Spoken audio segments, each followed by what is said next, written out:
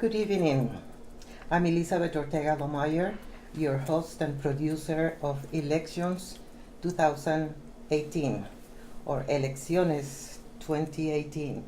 Tonight we will talk with Craig Carozza-Caviness, and he's a candidate for at-large county seat in Montgomery County, and with Santiago Tavara, editor at Digital Metro Latino USA, and writer at El Tiempo Latino newspaper.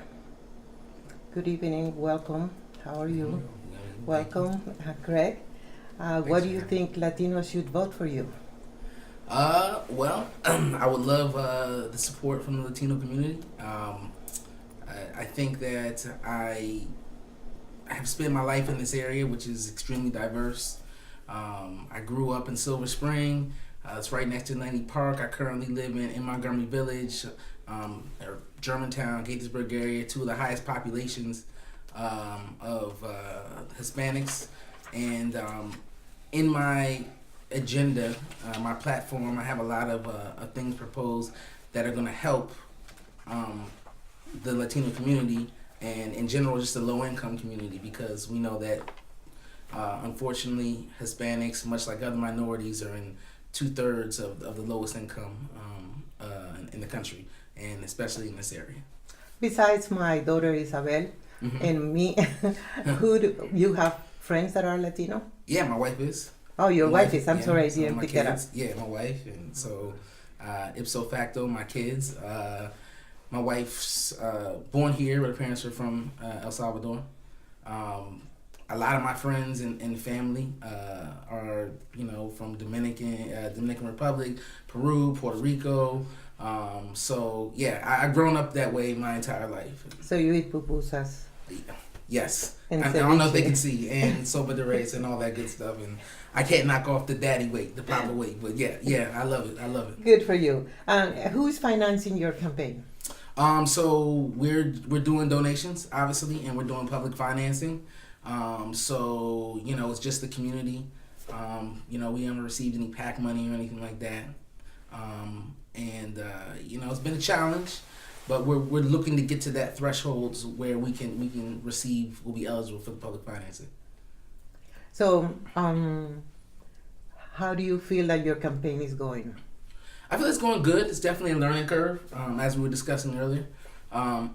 It's our first time running a campaign, and I think that we're learning as we go. The best thing that we can do is just go out there and run our campaign. One of my friends told me that you're gonna make mistakes and you're gonna have to kind of learn on the job.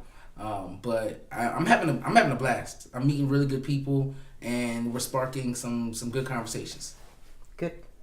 What is your strategy to reach out to voters? Are you knocking doors? So we're gonna start canvassing very soon. A lot of what we have been doing has been straight digital, accessing the internet, because you know how powerful that is. Obviously, doing fundraisers, meet and greets, because that's where my support's gonna come from. Again, I can fill out 1 million questionnaires, but my support is gonna be coming from grassroots, the groundswell from people. So I actually can't wait to start canvassing. We're assembling like a team of people, and we have to be strategic. At large is such a big area. Montgomery County, over 1 million residents. So we will start door knocking soon. You'll see me in your neighborhood. Until then, I'm doing a lot of fundraisers and events, and just speaking to people. Can you tell me about your background? You are Carozza-Caviness. Yes. Yeah, so Carozza is my grandfather's name, Italian. His family's from Naples. And Caviness is actually French and Irish, as we've researched. Most of my family's from North Carolina. And Caviness is my grandmother's name, my grandfather on that side. And so I use both. It's very simple. It's very diverse. It's hard for people to say, but a good thing for me is it's unique. So when people go to that ballot on the 26th and then in November, they'll be able to say, "Oh, okay, I remember this guy." You were independent, right? Then you registered as I was Why? unaffiliated. I was unaffiliated because politics, I think, is kind of this ubiquitous, like, mudslinging contest, and we don't focus on issues enough. And I feel like when you put yourself in a box, especially in now times where things are like hyper polarized, you ostracize yourself immediately from your other constituents. Because I do feel strongly about the issues, but I do feel as if that there's a reason Donald Trump got elected. It's because there's a large part of the country that felt ignored. So I think when you register as a Democrat or when you register as a Republican, you immediately put yourself in kind of like a box. Is which I kind of why I avoided registering, because I think the message is more important than affiliation. What's your message now? What do you want to do if you're elected? So if I'm elected, what I want to do is, I think, as I was saying earlier, the important thing is we have great ideas. I think a lot of people, every one of these candidates have amazing ideas. But if we don't fund them, then if we don't have funding, then it's trivial. So I think my most important thing for me is infrastructure. How are we going to build? Because I want there to be a hike for wages for teachers. I want there to be a hike for after school programs, but all that money has to come from somewhere. So the first thing we need to do is talk to our delegates to go to Annapolis and get an infrastructure bill, a booming infrastructure bill that will allow us to implement some innovative ideas and bring them to fruition and reap the benefits of that. Because right now, as you know, the county's in debt, and that's not a good starting point. Talking about money, you know, the DLC, Department of Liquor Control. Yes. You mentioned that you don't want to get rid of it. Why? Right. So that's actually probably, honestly, the first or second thing I looked at, because to me, I think it's ridiculous to be under prohibition era, legislation. It doesn't make sense. Now, the thing about Montgomery County is right now they're so entrenched in this legislation, and there's so much at stake, over 10,000 jobs. So it would be impossible to rip that income away from the county and try to do anything positive or move forward with any agenda that we have.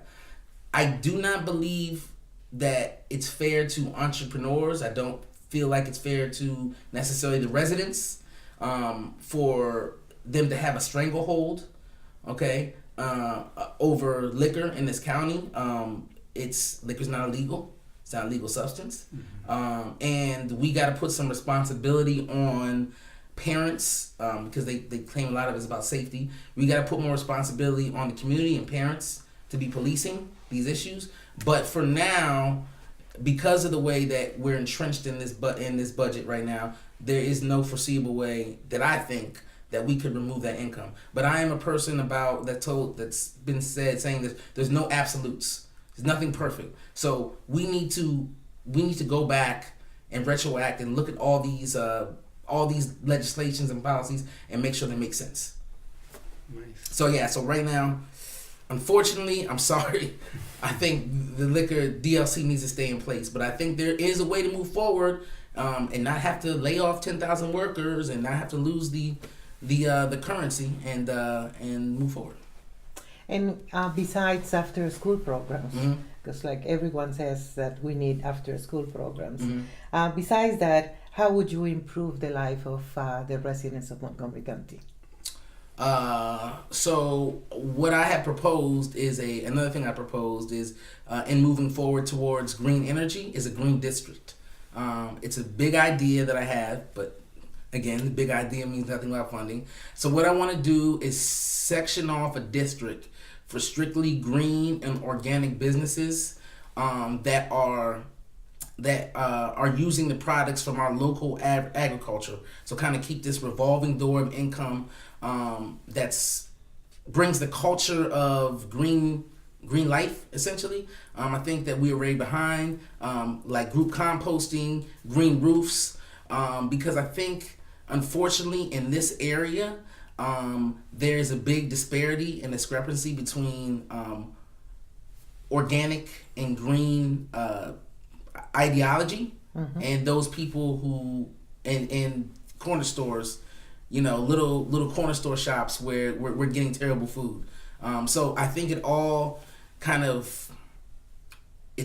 connected. So that's one thing, the green issue. The green What issue. else would you do for the community? I think we need to start leveling the playing field for minorities and disenfranchised people, especially right now, immigrants and Muslims, who I think have been under fire, mostly through these last 2 years, more so than in the past. I think we need to open up job opportunities for small businesses and actually support them. I think we need to incentivize small businesses to go green, because unfortunately right now, from the way I understand, the way you get taxed just as much for going green as you do for not. So I think there's a bunch of disparities there.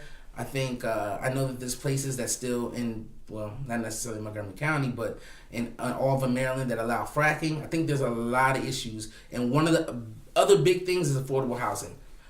We have to figure out a way, okay, to keep property taxes level and stable, but also build new developments, okay, that maybe promote transit-oriented developments.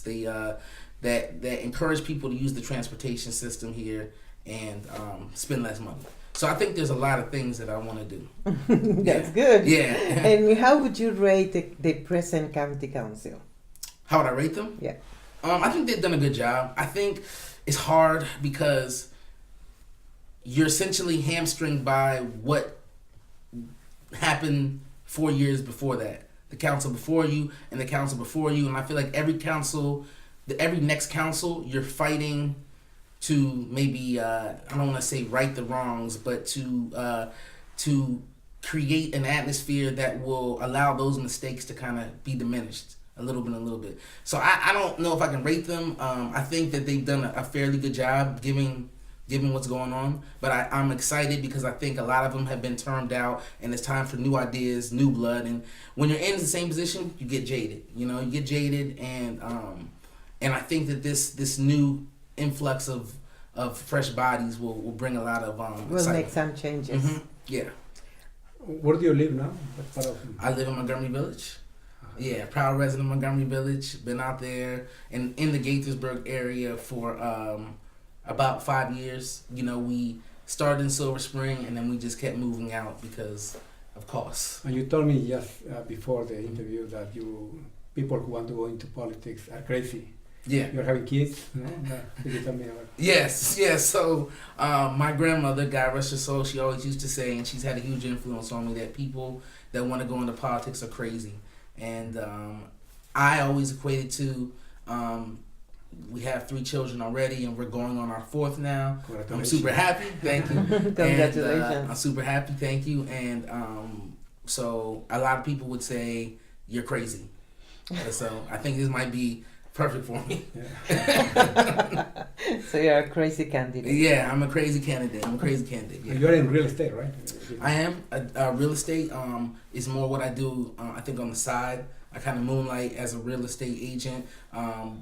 I usually, during the day, I'm working with insurances. Mm-hmm. So that's variable contracts, annuities, property and casualty, life, you name it. So that's given me, I think, a good understanding of a lot of issues that we'll be dealing with, because we're appropriating a budget and we're dealing with pensions and zoning. What are your plans on gun control? We see a lot of shootings in schools. Yes. What do you want to do? So I think the best thing we can do, or where we start, is we got to strengthen our SRO. Okay, our student resource officers, they're given, from what I understand and what I've researched, they're given minimum resources. Okay, so knowing that there has been an accelerated, has been a climb in these incidents at schools, the first thing I would do is we need to fund them. And I am 100% for raising and increasing police wages, with the caveat of, I think that as a whole, police officers who do a great job, but there needs to be more de-escalation training. because the relationship between minorities in the community is at all-time low. And I know that the police work hard. I know a lot of police officers who are not racist and who are not out there to just shoot black people and brown people. However, the fact that police will spend a little bit more time learning to shoot their weapon than learning how to de-escalate a situation, I think has boiled over. It's reached a tipping point, and we need to rebuild that relationship with the community. Like trust, you say? Yeah, the trust is completely gone. Why do you think it's gone? Why? Because there's no relationship. It's not like it was 20 years ago, 20, 30 years ago when things were given. Yes, things were bad, but there were police that used to go into these neighborhoods. They call it community-based policing. We need to, especially with the rising population of minorities, we need to reactivate some of those programs and make sure that there is a trust, because I have a great relationship with my neighbor who's a police officer, and he's a great guy. And he tells me stories of how he's treated when he goes out there. He's not one of those cops that wants to, use his weapon in the line of duty. He's just a good man. I know a lady who's a detective. She's an amazing detective, amazing woman. She's helped support me. And I feel like building those personal relationships is one step towards getting, building a good relationship once again. What would you recommend to voters before they make a decision on who to vote for? I think that unfortunately this year it's a little hard, but they're gonna have to look at all the candidates. I've always said that one of the biggest injustices in the voting system is that there's no value, or there's this stigma that voting in these down ballot races are trivial. Like, yes, the presidential election is the most salacious, and that's the one that people want, but these are the most important for your everyday life. So I think that what I would tell people is this year, especially this year, you need to go in there and know who you're voting for and why you're voting for them.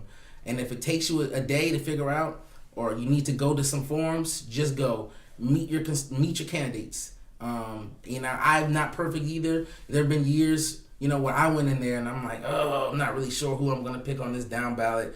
I just know this guy, so it's important this year. So go out, do your research, guys. Watch this video. Watch this video. Yes, watch this video. Yeah. I'm gonna go back to when you were in high school. Okay. That's when I met you, I guess. Okay. Are your classmates in touch with you, and will they vote for you? I have had a lot of support from my classmates. As you know, I went to a small school, so it's probably not hard to garner the support of all my classmates. But one of my good friends that I grew up with, Will C. Smith, he's a senator now, and he's been helping me out a lot. I have a lot of Andrew, one person owns the Sweet Barbershop. He supported me. One of my best friends. I'm having a campaign voter drive at her restaurant, Capital City Confections. That's in Tacoma Park. One of my other classmates, I had my campaign kickoff at his restaurant. So they have been extremely supportive, and I think they just know what's in my heart. I may not be the most articulate person, but I do have great ideas, and I have had a past in public service or community service, and I want to continue that. And you're young and very handsome. Oh, well, thank you. Oh, wow. Okay, thank you. Have you received any endorsements? No, I've had endorsements from, a lot of endorsements, I think, personally from the community. I haven't got any crazy endorsements, and as I was telling my wife today that, like, I'm not necessarily expecting a lot of endorsements. I'm answering all the questionnaires. We came in really late to the party. I registered in January, and I think that most of my support is just going to come from the community, and that's why I'm just liking getting out and engaging with people, and meeting these wonderful people. Like the other candidates, I would vote for them if I wasn't running. And so we've sat down and had a lot of conversations about putting something together after this, regardless of who wins, because it's a foot forward, Tell me about the funding of the Purple Line, transportation. Mhm. What are your plans? Also the bus rapid transit system. Yeah. So What do you want to do to reduce this congestion, traffic? right. So I'm a proponent of the purple light rail. I believe in the CCT as well. Bus rapid transit. I am not for M83. Mm-hmm. Well, because it goes on. Apparently, from the research and everything I've read, it cuts through low-income neighborhoods in Clarksburg. On that note, thank you very much. Okay. Thank you to both of you for visiting today, and to all the friends in Facebook for watching this program. And we'll be back next week. Thank you. Thank you. Bye bye. Thank you.